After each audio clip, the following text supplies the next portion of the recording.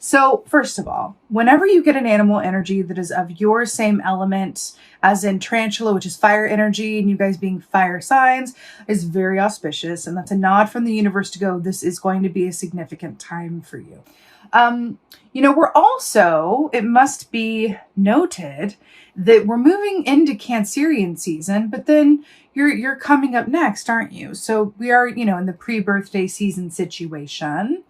Tarantula, this is interesting because this is a 2 of Swords energy, which is about, the heart and the head coming together for equal conference, really taking the time to sit down from a place of stillness and quiet and really connect with what your heart has to tell you and what your head has to tell you, right? The other aspect of tarantula energy is if it speaks of a bit of a trepidation or moving forward very slowly because either the path isn't clear or the next step is only revealing itself once you've completed the step before it, right? So I only get the next brick in the yellow brick road once I've placed both my feet on this one and then the next one, right? So there's something about the path revealing itself with the tarantula energy here, but this is moving forward with a little bit of trepidation or in an unsure, not completely confident way. This makes a lot of sense to me, given the bull that is an earth land animal being suddenly in a large body of water, right? That would be the equivalent of like Miami, like getting an earthquake. Like you wouldn't see that coming. You know what I'm saying? They would sooner get a hurricane than an earthquake. You know what I'm saying? So there's something in that for you. This tarantula energy here. Okay. Spider energy, it's tarantula, of course, but spider energy also relates to writers as well. Maybe having a lack of confidence or feeling unsure about writing, sharing your work in some way or expanding your work in some way. All right, let's see what's going on. Let's see what's going on. Okay, Leos. It's just variations on a theme. The Hanged Man, right. So again, this is a major arcana, which is a fated or destined event. So again, this is a significant time period we're looking at for you. So the Hanged Man is all about, it's another pause situation. It's really about assuming the Hanged Man position in order to take a time out and flip your perspective and see something differently. Right? But this is a pause in the action. This is suspension, right? The Hanged Man can be a real gift, but it can be a bit frustrating, especially when we want the things to move forward, clearly in an expedited way. We just want things to be a little bit more clear or, in a timely manner. And the Hanged Man says, but in order for you to do that, we need you to take a time out, flip your perspective and be patient, because this also shows kind of a something coming forward that's going to delay or divert. There could be a detour coming up as well. But again, when you assume this position in order to flip your perspective, when you come out of it, the worst case is that you're really aligned with a brand new perspective that's going to serve you. I find that when the Hanged Man doesn't work in our favor is when we resist it, right? And then when we resist it, sometimes then life comes in and we get really sick.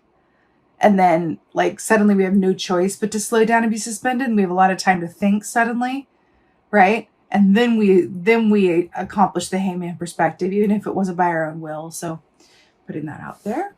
This is going on. Wow. Good Lord. 2 for what? Wow. Whew. Okay. So we got Judgment here, another major arcana. So this is look back with pleasure. What's really fascinating about this is that everyone's looking to the past. Can you see this?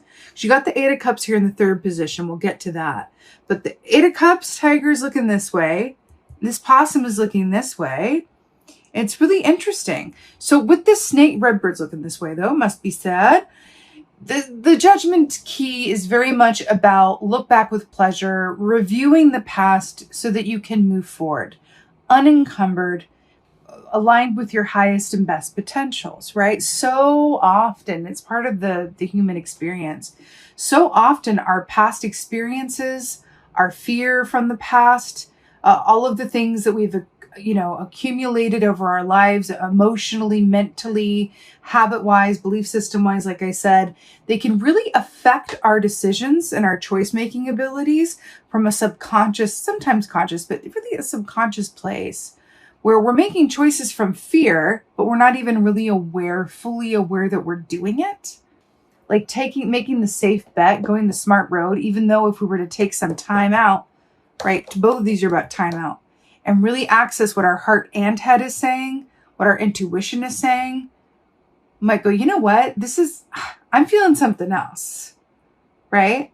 This is what I probably should do, but then I'm feeling this over here, right? It can require some real bravery in order to make those kinds of choices. And it's interesting because you have the bull in your meditation, which is about assured physical manifestation and abundance, right? So it's interesting. I feel like you're going to have some choices ahead of you. And I feel like they're going to be, related to how you make money or how you move forward in a physical material way.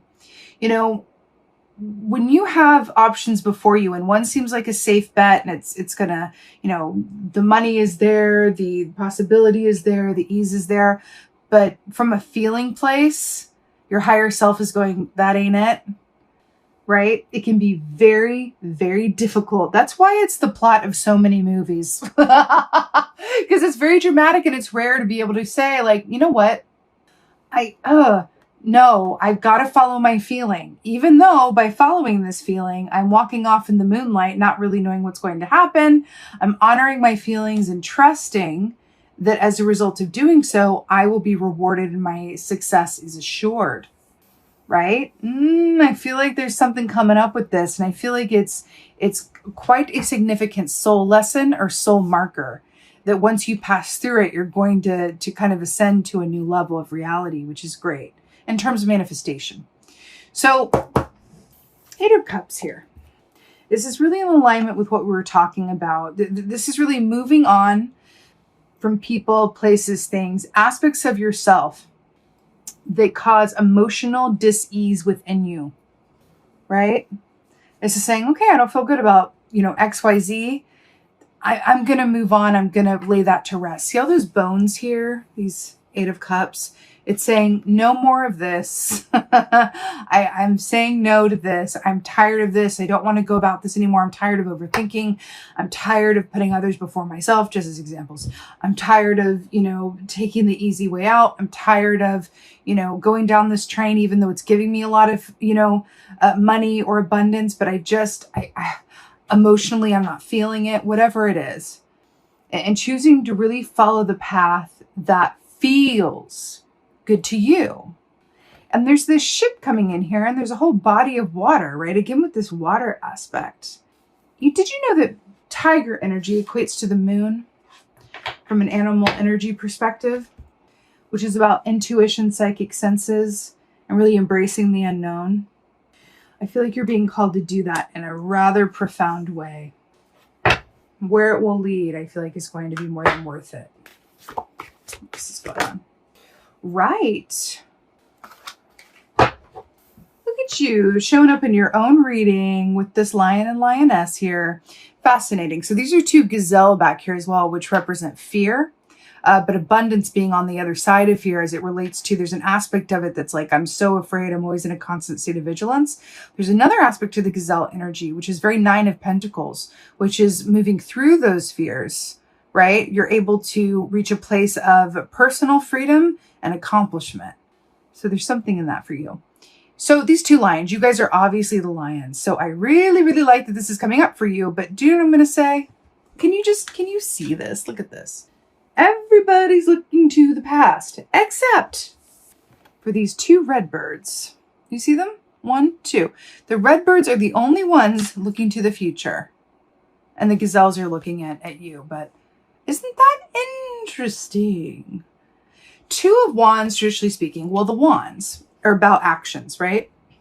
They're about the actions that we do or don't take, usually around the work that we love to do or about our interpersonal relationships that we're passionate about. 2 of Wands is very much about the foundation work.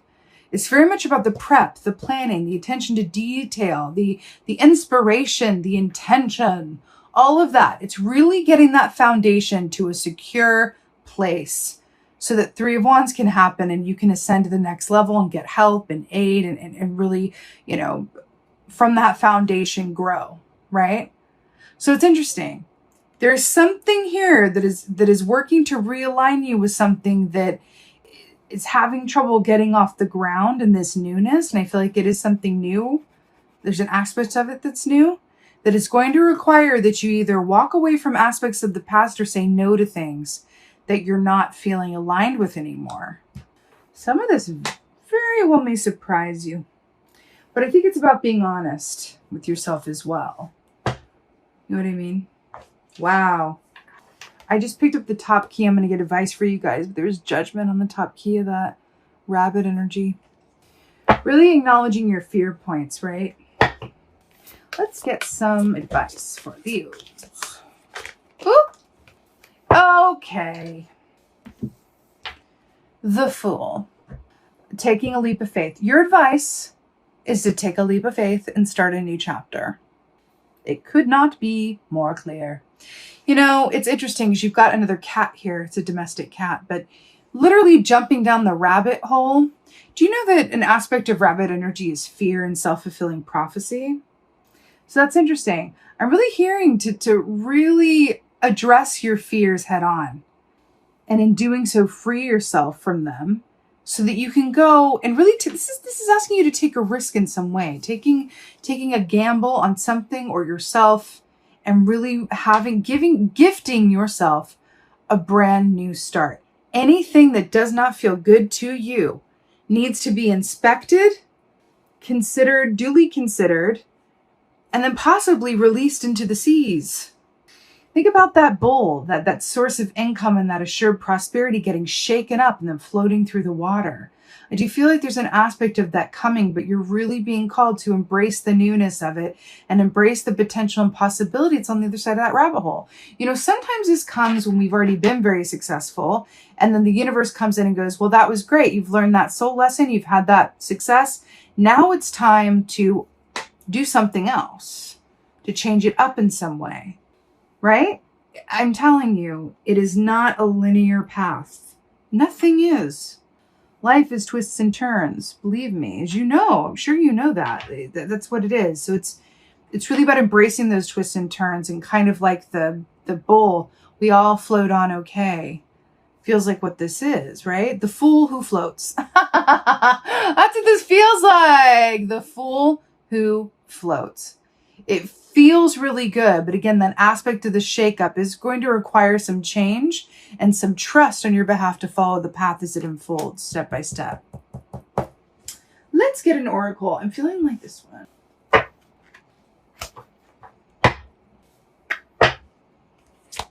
Let's get an oracle.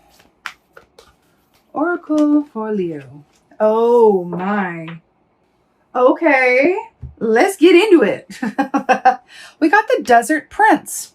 Survival, false promises. I mean, first of all, it's the desert with the big body of water. And I saw that in your meditation. You have another lion here coming up in your own reading. I saw the desert in your meditation. And then I saw this big body of water coming in. It's fascinating. Survival, false promises, the Desert Prince. This is that kind of lack mentality that comes from, you know, I don't want to walk away from a sure thing. I don't want to walk away from, you know, having this sort of income or potential of income or whatever, or this stable situation of some sort, because I'm afraid that if I do that, that I'm not going to get as good as I've had it. There's not going to be anything better than this.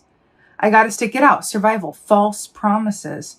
I do feel like there is something, it is not what it seems. And what do I mean by that? If you don't feel, let me put it to you this way. Let's say that you're at a job that you make a lot of money at and you have a lot of like acclaim for, and it's, you know, that's sorted, right? But you have this crippling anxiety that follows you. This is just an example. You can't sleep. You have this crippling anxiety, right? Then who's winning there? Are you, if you're not happy, right? If you have, these aspects of yourself that are literally sounding the alarm for you to take notice and switch it up, what's really going on? It's actually a trope in a lot of movies where it's like the person gets everything they want, but they're really miserable and they're like, why? It's actually the premise of a lot of Hallmark movies as well, where it's like they have to go home again to remember who they were and simplify their life. The reason is that those are all material things, right? But how's your soul doing? With that tarantula, how is your emotional core doing? How do you feel about where you are? Do you believe and can you claim that your life is meant to be enjoyed and that there is a potential where you have everything that you needed more and feel really happy about it? That is the question. Would you be willing to undergo a shakeup and live in the unknown for a bit in order to align yourself with something that is going to give you more happiness? Something to think about, Leo. This is some definite, soul lesson level situation here, but we are looking at your pre-birthday season. I feel like it's aligning you for something coming up that's going to be incredibly joyous. So with that being said, I'm sending you so many blessings for your second half of July. I so hope that this helped and resonated. If so, please let me know in the comments below. I love reading your comments.